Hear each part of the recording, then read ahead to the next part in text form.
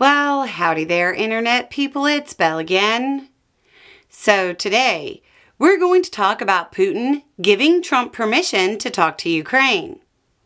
There's been a steady trickle of information about the summit coming out.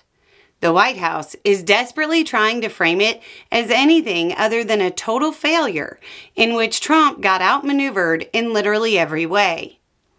Every partisan outlet in the world has their take on Trump's performance.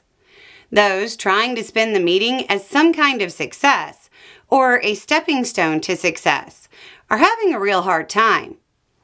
Let's take the partisanship out of it. On August 15th, we went over the very low bar set for Trump.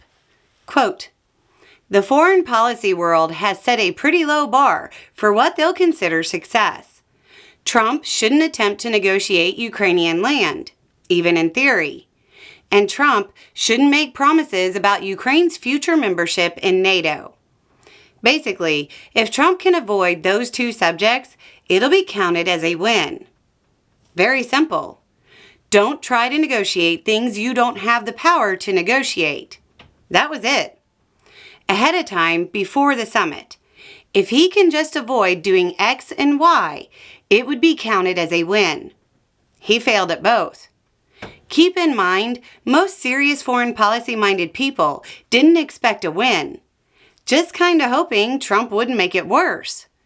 That's how low the bar is now. Just don't make it worse. He couldn't handle that. He talked about Ukrainian territory and seemed to back Russia's demand that he bend the knee and turn Ukrainian territory and American interests over to Russia.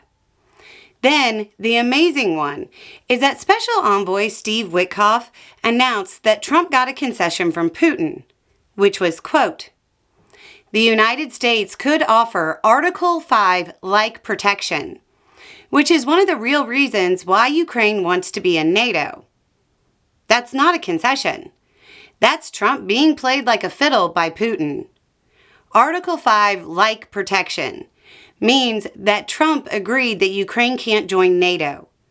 They wouldn't need Article 5-like protection if they could join NATO, because they'd have actual Article 5 protection.